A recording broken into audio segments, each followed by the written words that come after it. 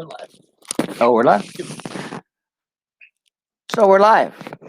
Good afternoon, everyone. This is Rick and Chris, and we're here to deliver another session of John Clayton's "Does God Exist?" Recordings. I want to say tapes, but they're not tapes. That's a thing of the past. Cassettes, 8-tracks. Cassettes, 8-tracks. Reel to reels. The recordings, and that's the most general. slow tech movies, guy. yeah. Charlie Chaplin type stuff. Um, Clayton today introduces a new piece of what he's doing. It's not a new topic because he's alluded to it on more than one occasion, but it is a fundamental component of this discussion that branches off from his original question, which is the title of the series: Does God exist? When I say the word evolution, what's the first thing that pops into your mind? Is it something positive? Is it something negative? Is it neutral? Do you have kind of an open, unbiased response to the word evolution? It's not a four-letter word, either literally or figuratively. What he does for us, starting today, is he attacks this issue of evolution and how evolution assumes creation rather than refutes creation. Now, that may sound heretical. That may sound like, well, that can't be. Evolution teaches this and evolution teaches that. Well, what we're talking about here in his laying out this groundwork for several sessions here is not the theory of evolution. It's not what he refers to as neo-Darwinism, which I don't have a good definition for. Maybe he'll come up with that at some point. And it's not naturalistic theory or naturalism, which he does say goes against what the Bible teaches. In fact, all three of those teach things that the Bible would not sanction. Evolution, pure evolution, and the definition that will allow him to provide for us, on the other hand, is something that does exist and something that is supported by what we see around us. And evolution assumes a beginning of some sort in order for those changes to take place. So, as we enter into lesson 25, entitled Evolution and God, let's listen to what Mr. Clayton has to say.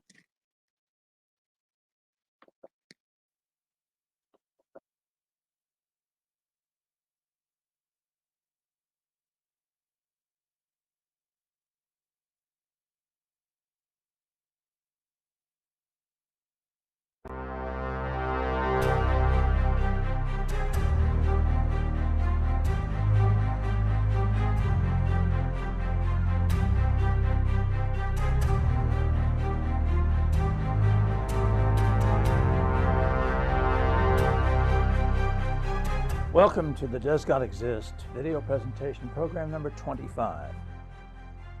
We've been talking for the previous 24 programs about matters related to the existence of God. How do we know there's a God? Any kind of God.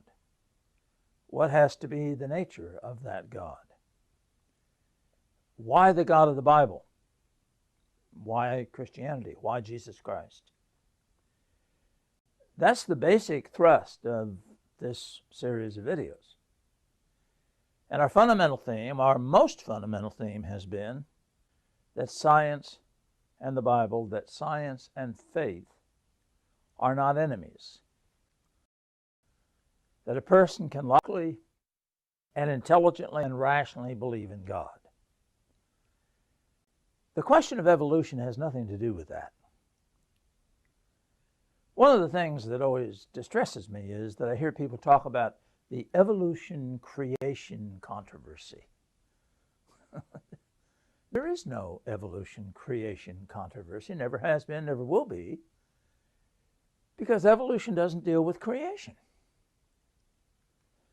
The creation question deals with how do we know how space came into existence? How do we know how time was created? Or was it? Where did matter energy come from? Those are not kinds of questions that evolution deals with. Evolution doesn't explain creation, it assumes creation. Evolution assumes that matter energy has already been created and that there were a certain set of parameters that govern that matter. When we talked about the design evidence for the existence of God, we mentioned the fact that in the creation there are so many different mechanical things that have to be chosen for stable matter to exist, for carbon-based life to exist. There has to be a particular set of variables relevant to electric charge, the mass of the atom, magnetic force, and all those kinds of things in order for stable atoms to exist. That's not what evolution talks about. Evolution assumes that the creation has taken place. It assumes that, at least as far as our planet is concerned, there were a certain set of parameters governing the earth, those things we have discussed. Once all of those things were in place, then evolution offers a theory as how it got from the inanimate matter that we see around us, hydrogen, oxygen, nitrogen, carbon, how it got from that to me. So we're not dealing with creation in these discussions. We're not talking about the existence of God. There are many well-known scientists who were also fundamental believers in God. Francis Collins comes to mind, the man who was the director of the Human Genome Project, establishment of the human genome. Henry Schaeffer. I always liked Henry Schaeffer's statement about his philosophy, his religious views connected with his research. Schaeffer said, "The significance and joy in my science comes in those occasional moments of discovering something new and saying to myself, so that's how God did it. My goal is to understand a little corner of God's plan." And this man has been one of the most productive scientists of the 20th and 21st centuries.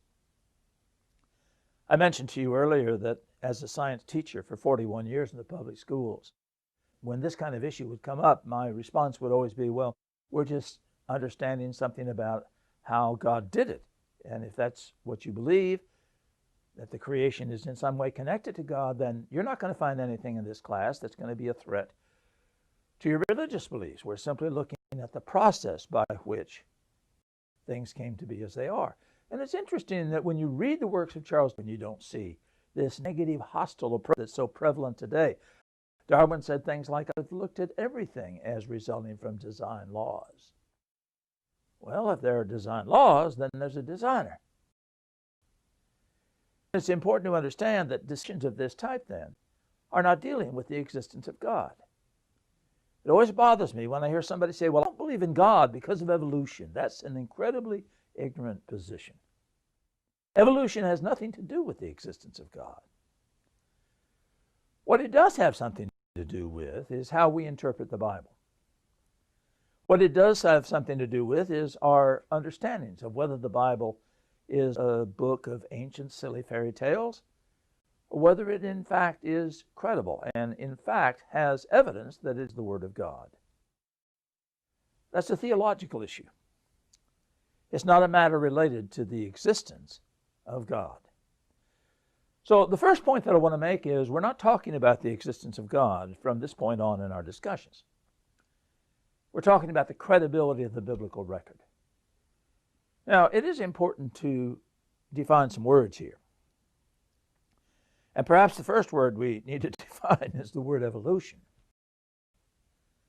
Because for many people, evolution is a dirty word. I've seen religious people, you say, I believe in evolution, and they go, can't believe in evolution and believe in God. That's incredibly ignorant, incredibly unfortunate. The word evolution simply means an unfolding type of change. An unfolding type of change. America is evolving. Maybe you think it's devolving, but it's going through an unfolding type of change. Technology has evolved. Those are correct uses of the word. Biologically, I've made this point once before, but let's make it again. I know everything is bigger and better where you live than anywhere else, but let me ask you something. Do you have any 40-pound radishes where you live? Now, this is an example of evolution. And it's unfortunate that people aren't careful with definitions. Evolution is an unfolding type of change, and these radishes are a new species. The textbook definition of the word species is that it is a group of plants or animals that can interbreed and produce fertile offspring.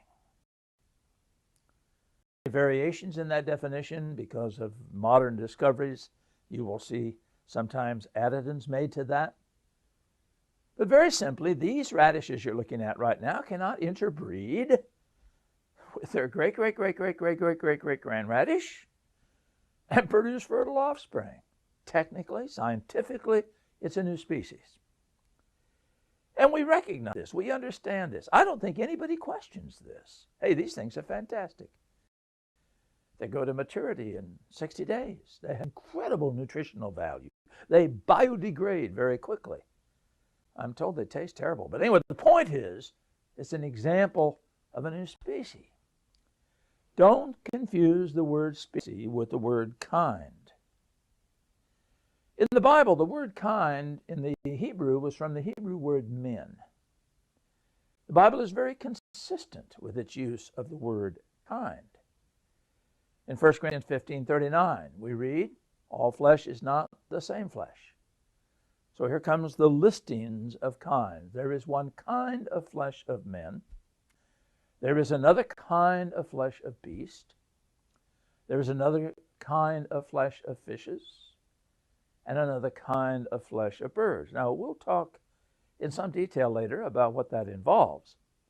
But right now, let me point out to you, it is not saying that there is a flesh of blue jay, a flesh of cardinal, a flesh of sparrow, a flesh of hawk, a flesh of eagle, a flesh of penguin, a flesh of ostrich. It's saying a flesh of birds. It's not saying there's the flesh of catfish, the flesh of salmon, the flesh of flounder, the flesh of, it's saying the flesh of fish. And how broad that is, we'll talk about later on. The point is that the word kind and the word species are not the same thing. And it's very important not to be confused about the way in which these words are used. New species do come into existence. This is why we have problems with insects, especially with our crops. This is why we have difficulties with certain ailments, certain problems, diseases that we have. And it's important to understand that in science, this is an important issue. This is how we produce more food. This is how we fight disease. This is how we fight pest. It's very important that we understand that these are not things that have any theological significance. They're not things that are opposed in any way, shape, or form to the Bible. So it's important to understand that principle.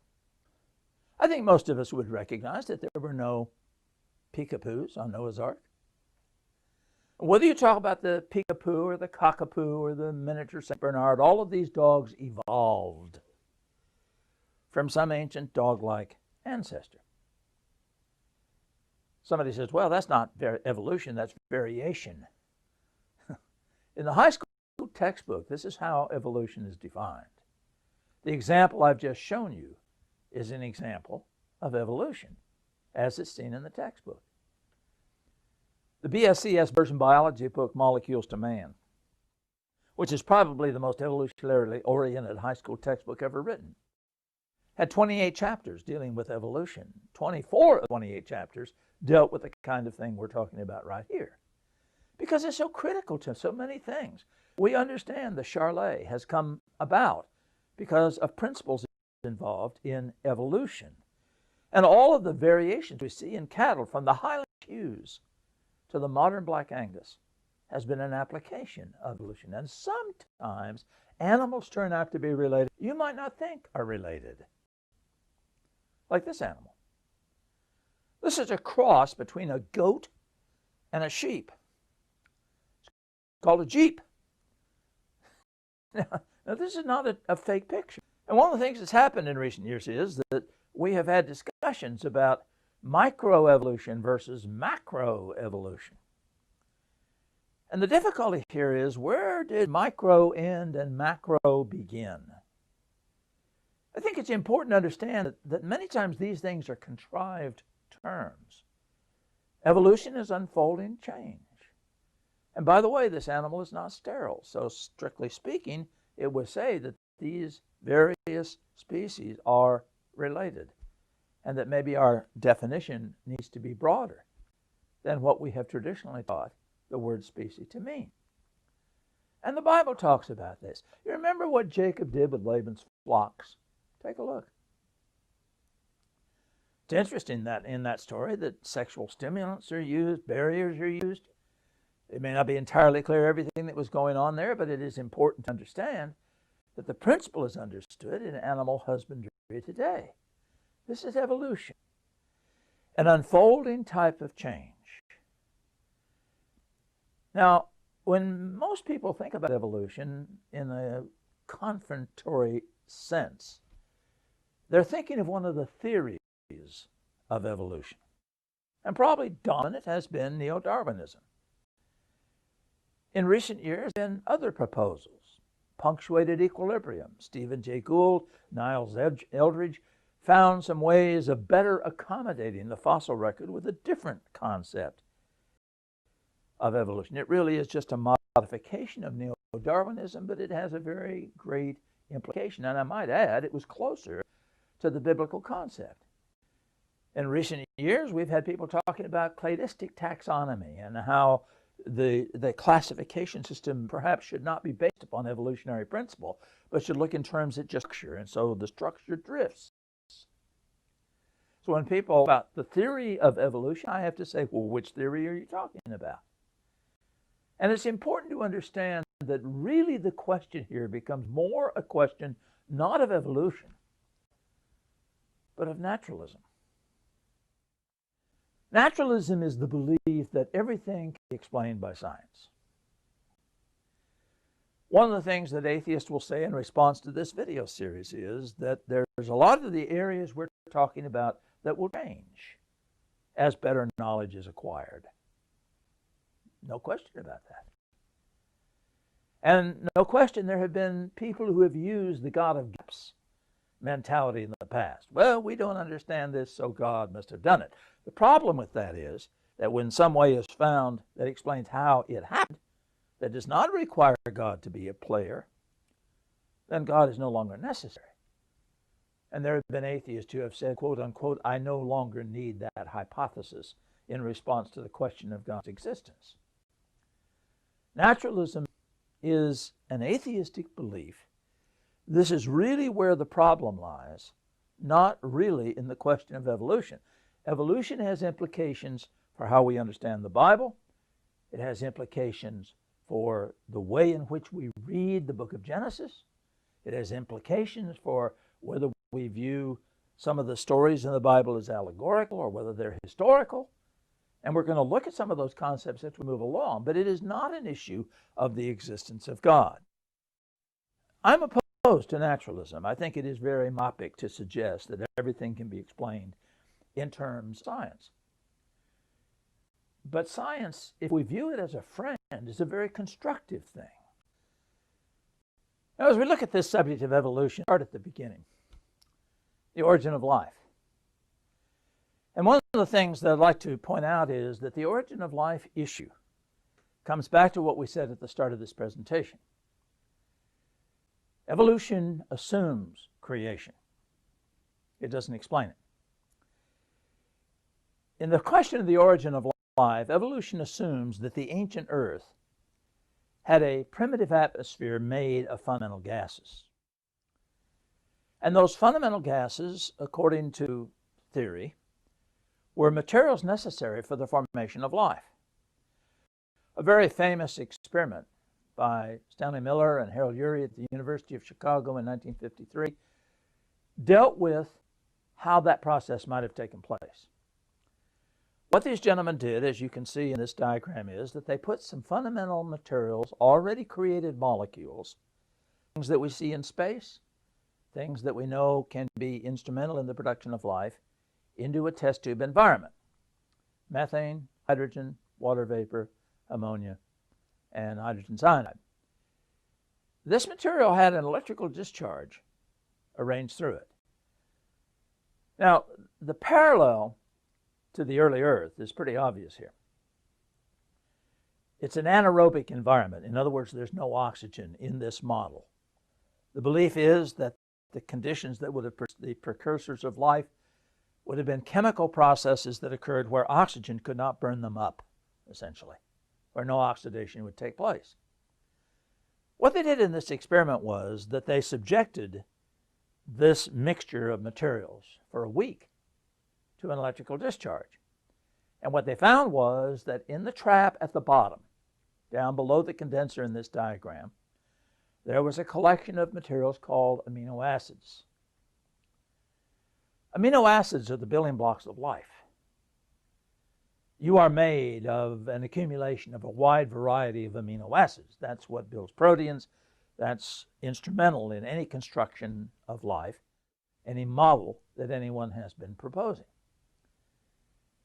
So what had happened was that ordinary molecules, and I want to emphasize again, these molecules are not being created.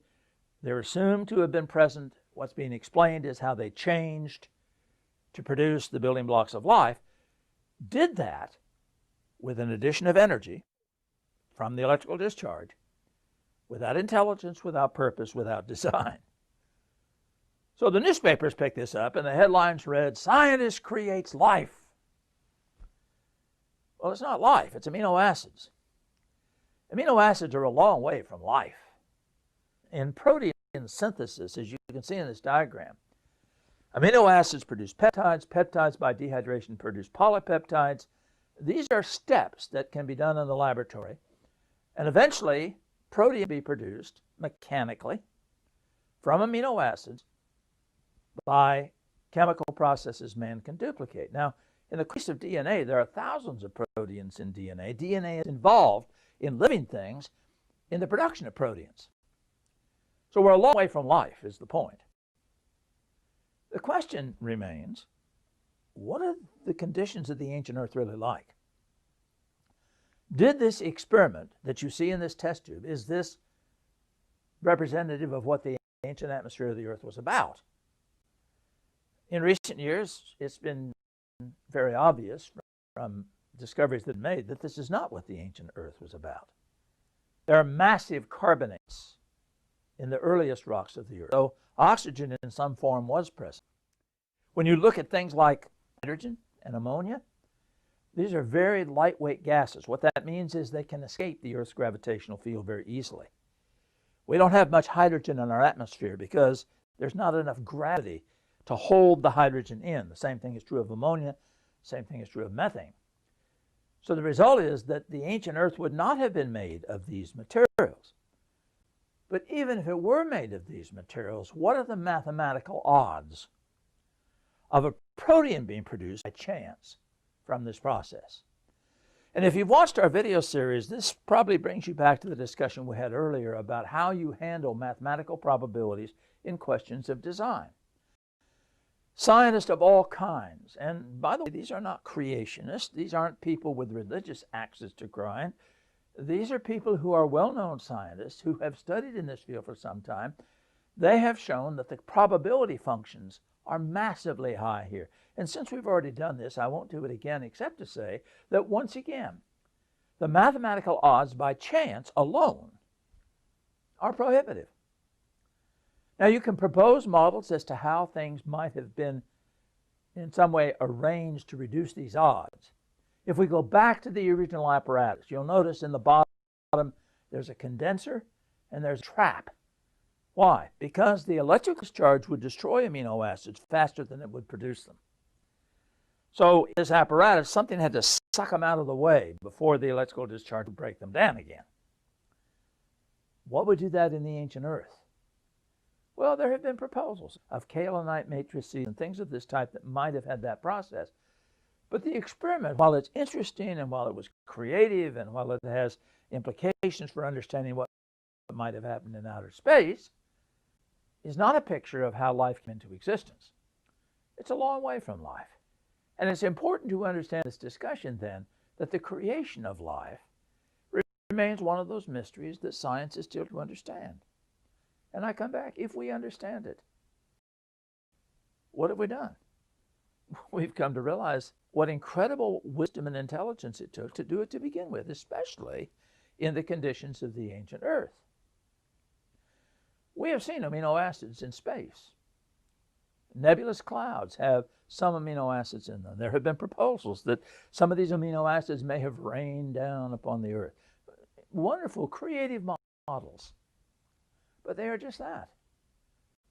And those of us that believe in God would suggest that intelligence was involved in directing this process to produce life. Now, the next thing we would need to do if we were going to do a complete discussion of evolution would be to look at all the biological evidence for evolution. What you see on the screen right now is a list of biological arguments for evolution. Now, what we're talking about here are any particular theory of evolution. Neo-Darwinism, punctuated equilibrium, cladonistic taxonomic drift. And those of you that have had a biology course at the high school level will recognize many of these terms. Comparative morphology. This is a comparison of the body parts. All higher animals have a stomach. There is a similar in body parts. The limbs are similar. You can compare the flipper of a whale and the arm of a human, and you can see bones that are very similar. Those who are studying medicine learning all the bones of a frog, and they learn the structures and the way the bones work. This is comparative morphology. One interpretation could be that everything came from the same source. Another example like this is comparative physiology. We're dealing here with body chemistry. A cow has a thyroid gland, so does a human. Chemically, they're very similar. My wife was a diabetic, and the insulin that she had to inject into her body back in the old days came from pigs, from cows. Now we have Humulin, which is a synthesized insulin, not as much of a problem for many people. But why was my wife able to take the insulin from a cow or a pig and inject it into her body to enable her to counteract the problems of diabetes? Because chemically we're very much the same. So we must have all come from the same source. You can talk about genetics and the fact that there are great similarities. You probably have heard that comparisons between apes and monkeys and humans are very high genetically. And you hear people say like, well, you know, monkeys have 90% the same, 95% the same DNA as we do. Well, that is a similarity genetically, indicating we all came from the same source. The problem here is that nobody's ever questioned that. That's not where the debate is. The question is not whether we all came from the same source. The question is, what was the source? Was it a naturalistic thing, something that happened totally by complete mechanical accident? Selected, perhaps, natural selection operated on this, but strictly naturalistic terms? Or was the single source a single mind that created with intelligence and purpose and with doing those things, using those things that are the best things to use in the particular ecological system in which the organism functions? We have other arguments dealing, for instance, with what are called vestigial organs. I can't wiggle my ears, but I know some people that can.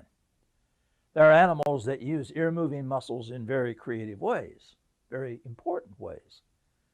Our ear-moving muscles are not really that important to us, so it's considered to be vestigial. There's a membrane in the eye called the nictitating membrane.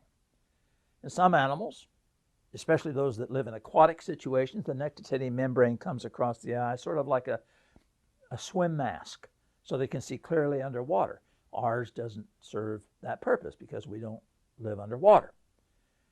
In the old days, and this is when I was a kid, the appendix was listed as vestigial. Tonsils were listed as vestigial. We don't say that anymore. Why? Well, we've learned that the appendix is part of the immune system of the body, and it's really not vestigial. They don't take tonsils out at the drop of a hat like they used to. Why? Because the tonsils are an important part of the germ-fighting mechanism of the body. So sometimes vestigial organs turn out to be useful when we just didn't understand their function. And there are many examples of that. You may have heard people talk about junk DNA. Well, just recently we have found that junk DNA is not junk at all, but that it in fact has purposes we didn't understand in our earlier understandings of genetic materials. So are there organs that we don't use because we have evolved? The question is not debatable. Yes, of course there are. As our jaw structure has changed, the wisdom tooth has become a vestigial structure. And interestingly enough, and this is difficult to explain, many children today do not even get wisdom teeth or even any structural function close to it. Almost sounds like Lamarckian evolution. That's not obviously what's going on. All of these biological arguments for evolution are things that provide interesting resource material for understanding the process of how we got to be what we are. Now, in a medical sense, it's important to know that. When we start looking at agriculture, it's important to know that. In a religious sense, it simply tells about how God operates, how God designs, what intelligent processes God uses in the things that he has accomplished. In reality, the question of what evolutionary model, if any, we accept, the question of whether evolution is true or not true, and when I say evolution, I mean whatever theory you're talking about, hangs in the fossil record. The fossil record is the record of history. It is the record of what actually happened. You could have a wonderful, beautiful, complete biological theory about how things got to be as they are. But if that theory is not backed up with historical data to support it, then it's nothing more than another interesting guess. So whatever you believe, if you believe in a particular theory of evolution, the question is, does the fossil record support that theory? If you reject evolution in whatever version you might be talking about, whatever theory, does your rejection agree with what the fossil record has to say?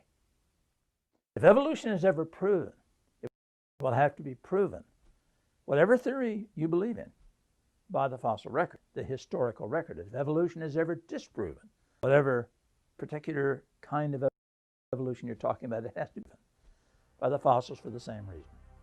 As Grassi, in his famous textbook on evolution, said well, the process of evolution is revealed only through fossil forms. And so in our next presentation, we'll look at fossils.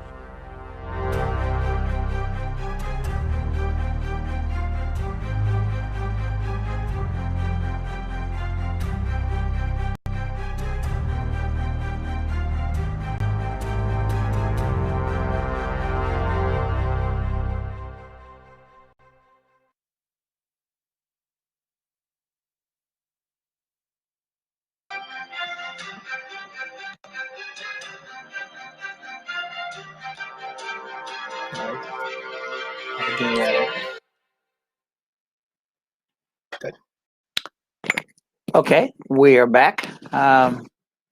It's amazing how much you can learn in just one little 25 to 30-minute session, or at least be reminded of things in one of his sessions. I remember in 1964. Boy, it's hard to say, but I remember that. I figured it up, and if my math is right, that's 57 years ago. I don't remember that. I was a freshman. Shut up. Yeah. I was a. That was unchristian, wasn't it? I was a freshman in Greenville High School, Greenville, Illinois, and I was taking biology. And our biology teacher was introducing, I believe we were the first class to have this new biology textbook.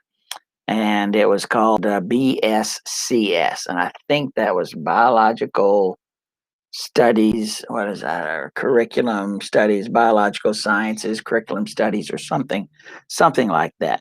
But one of the characteristics of that BSCS biology textbook was a probably a stronger approach toward evolution and what he says would be naturalism or Darwinism, neo-Darwinism, that than what we had before.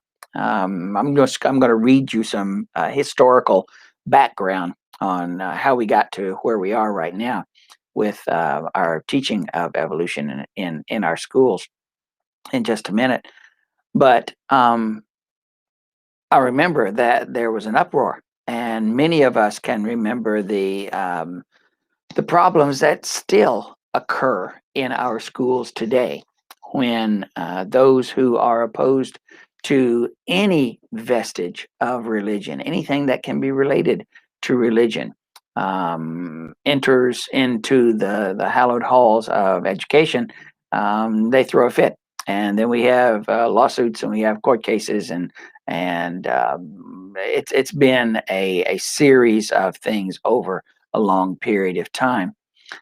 A lot of that is based on our Constitution. Our Constitution has what's called the Establishment Clause in the first clause in the First Amendment.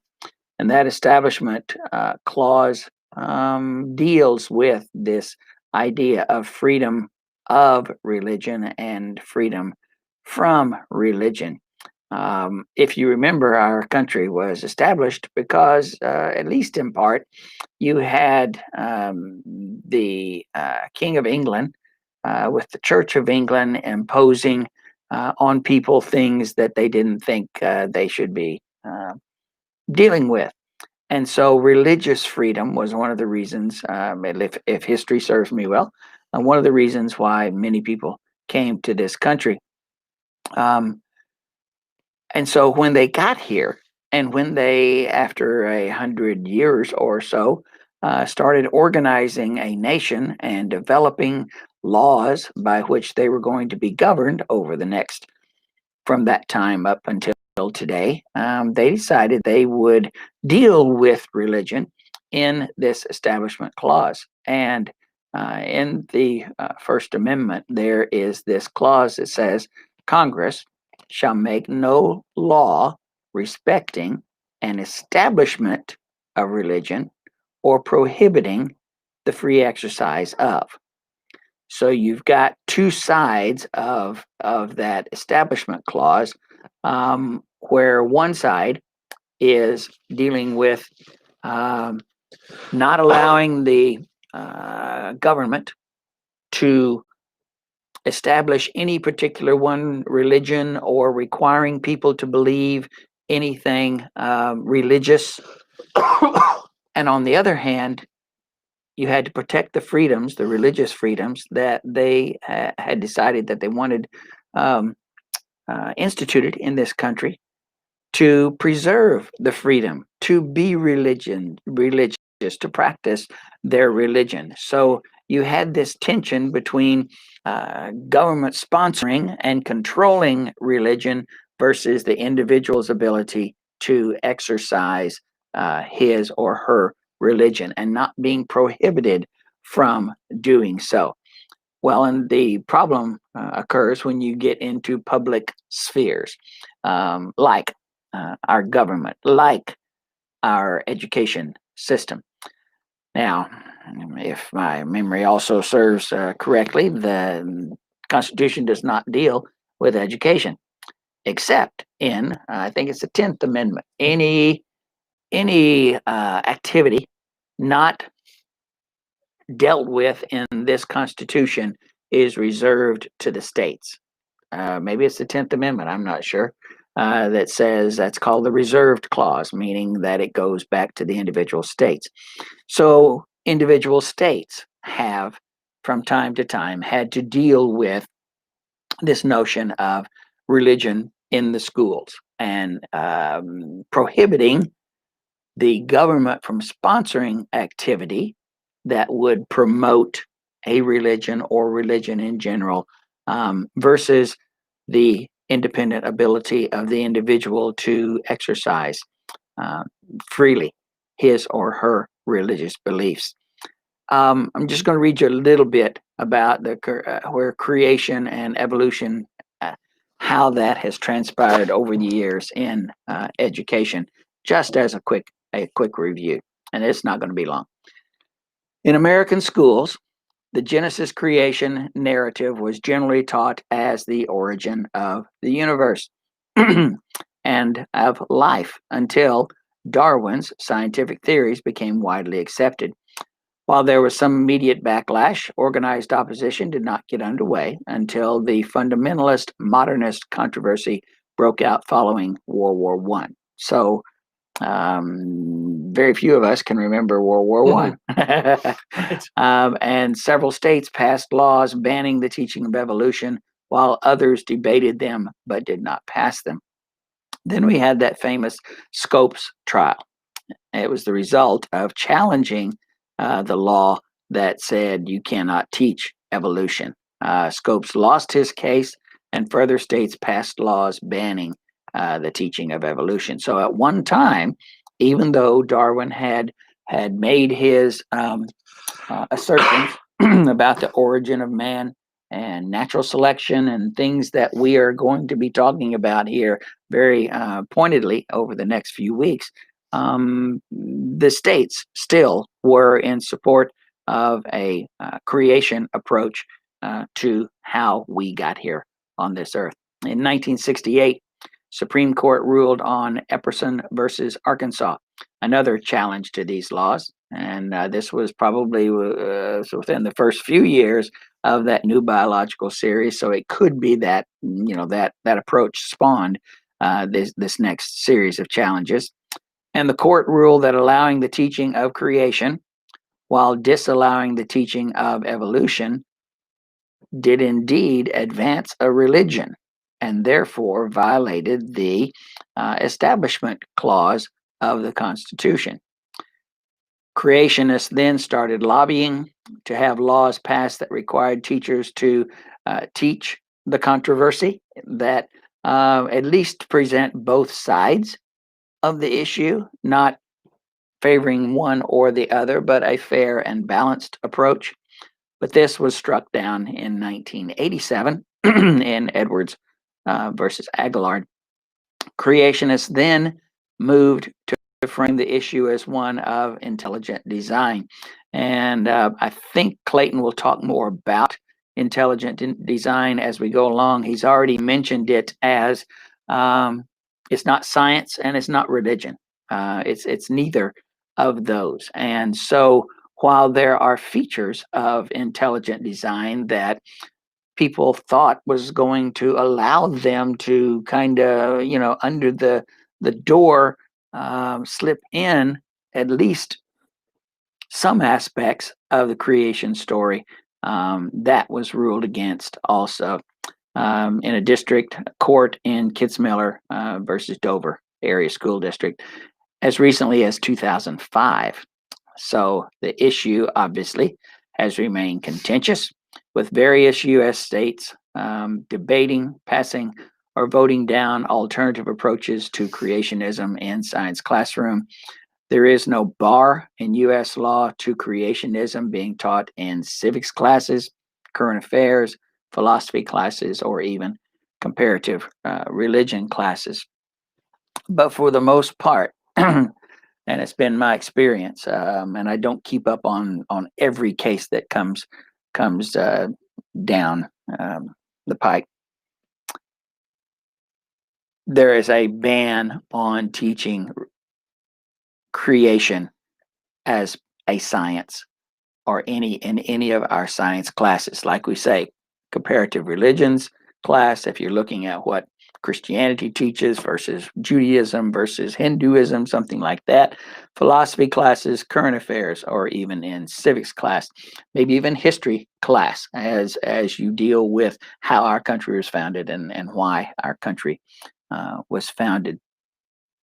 What happens with this is the fact that all of us go to all of us go to school. Most of us go to public schools until the rise of private school education, where you were free to teach religion along with the regular curriculum, until homeschooling became popular. Oh, when did Like the homeschooling? 80s? In the 80s, probably the mid to late 80s. You had people for this very reason and for reasons that are related, other things that were being taught in schools, other things that were occurring in public schools. You had an entire movement, a homeschooling movement that has caught on, and many individuals participate in that, especially those individuals who don't want their kids, their children taught natural selection as an explanation for how this world began and how we got to where we are today. Did you want to say anything? Insert anything at this point? I agree. Well, that doesn't help. Sorry. I know you agree, and I'm being facetious. So it's another one of these things that we in the public sphere, and all of us are in the public sphere. You can't withdraw yourself to a monastery or a cave or up in the mountains somewhere. Some do, but that's unrealistic for most of us, and we have to engage in the public sphere. And as we have said in other previous sessions like this, our beliefs are going to continue to be challenged.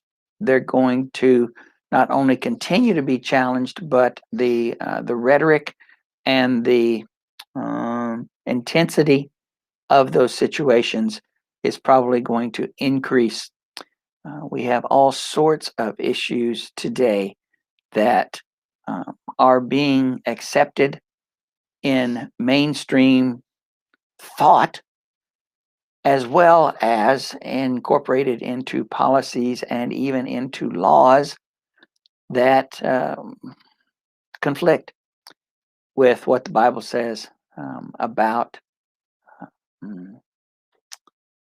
marriage, about gender, about any number of things where the Bible is going to be continually and increasingly viewed as a book of myths rather than anything to mold your life by, let alone have any credence concerning a life after this life.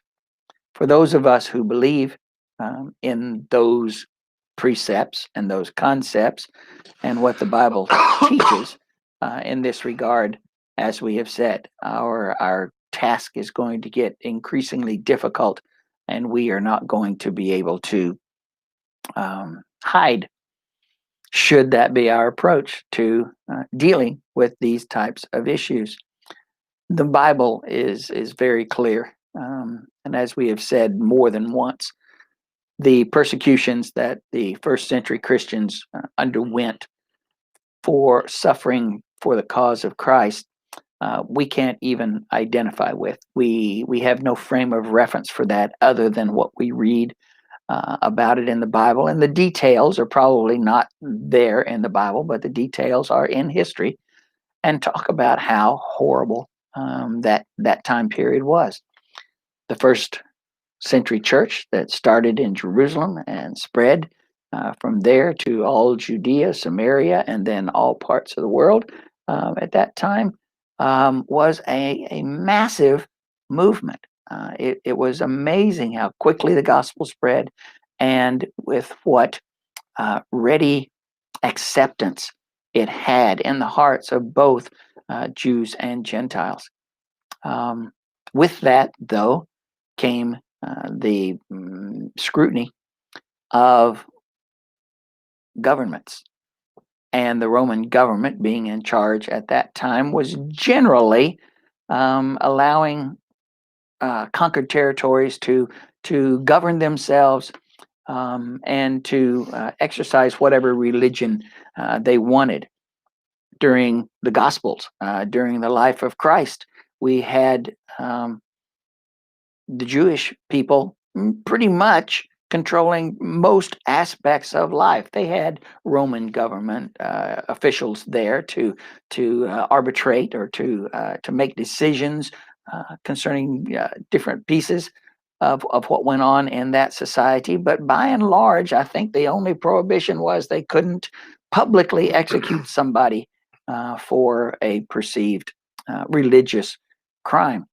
And so that's why they had to go to Pilate to get Jesus crucified. They were able to beat him mercilessly. If he had died in that process, they had Jewish laws that would have actually. But I think the Romans had him scourged, wasn't it? Yeah. I think the Romans did the scourging in that case. All they did was bring him up, and the primary charge was civil, that he was claiming to be a king and that he was going to overthrow Caesar. And so that got them in the door for Pilate and others to consider. But we know how that went down. There was false testimony, and Jesus was crucified. So living in the first century as a Christian,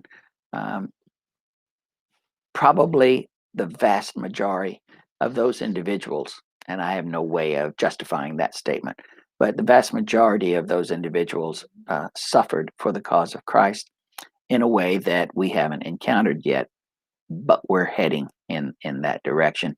The only reason I say the vast majority is it's alluded to in almost every letter that Paul writes. Jesus talks about it as something that will occur if you were followers of mine.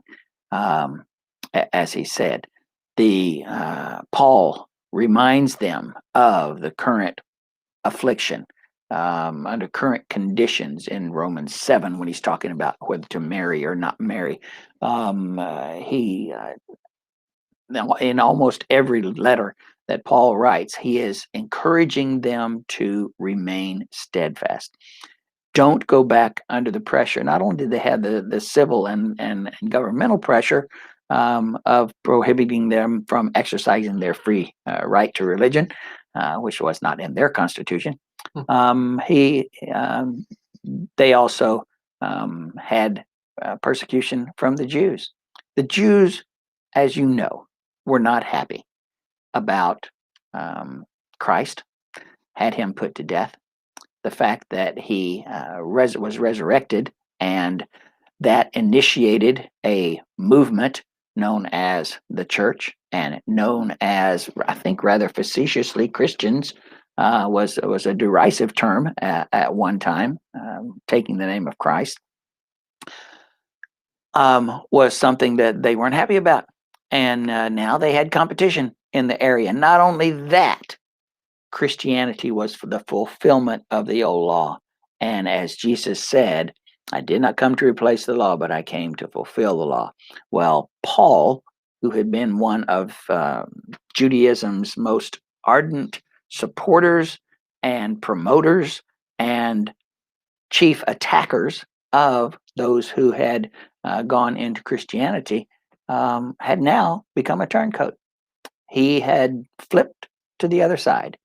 And now he was being just as effective as a Christian as he was in persecuting Christians before he had the encounter with Jesus on the road to Damascus.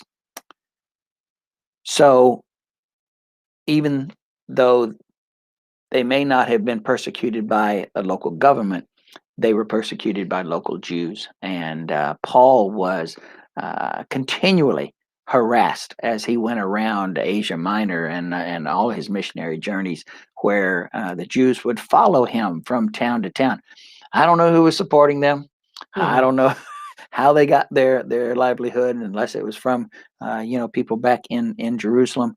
But there was a concerted effort to thwart whatever Paul was doing.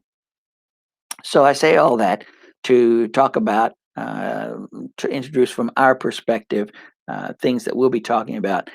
I'm assuming the notion of evolution and how Mr. Clayton is going to deal with that topic, and then how what he has to say impacts us in our lives. And by and large, I think that's what our little post Clayton sessions have been about: is how does this manifest itself for us? What does that mean for us as we take what he gives us and attempt to use it in our lives, so that we can better defend the gospel?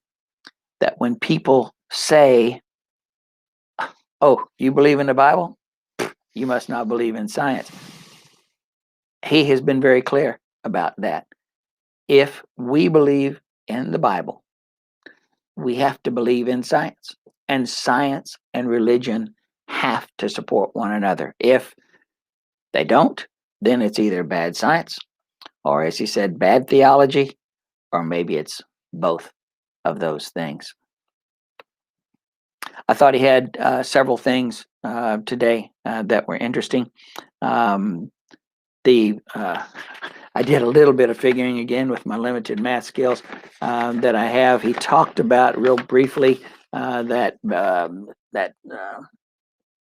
experiment that Miller and Urey did, and how with the amino acids that was the result of all of these chemicals with an electrical charge attached to them, and then you get amino acids, and amino acids is a building block of life or DNA. And he says you're still a long way away from life, and those mathematical odds, um, he said, were 1 in 10 to the 106th power, 160th power, or 10 for time. We're talking about 10 to the 243rd power.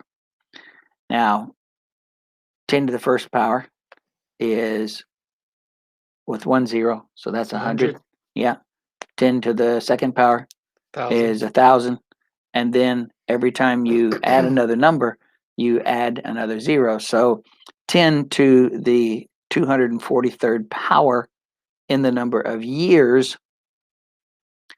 We don't have a word for that number, but a billion years, which I don't think anybody is claiming that we've been around for a billion years. They talk about in millions, but in billion of years, 10 to the 8th power is a billion years. 10 to the 243rd time is 30 times more than a billion, whatever that number would be. And this is the mathematical chance that something like who we are today and what we look like and how we're constructed occurred by what they are saying could have happened by chance. It's just infinitesimal possibilities. And these are not his numbers. These are scientists' numbers. Yet, many scientists will say, well, with a little tweak here and a little tweak there, or a little anomaly here, or a little morphing here, or mutation there, it could happen. The problem is they adopt their answer and then try to find a way to explain it. And that's not a way to go about science. They don't do it in any other area of science. But in this one, they do. We're down to the last couple of minutes. Did you want to offer anything, Chris? No, I don't think so. I think we're good. Okay, his title next time, I didn't look at it, but it is lesson 26. And he's going to talk about something that he mentioned right here at the end. He says, you cannot examine science or religion without the fossil history, the fossil evidence. He says that is where your proof comes in. And he deals a lot with fossils, and you're going to learn a lot about fossils in next week's study. Cool. Be looking forward to that next Wednesday at 4 p.m. Thank you, everyone. See you next week.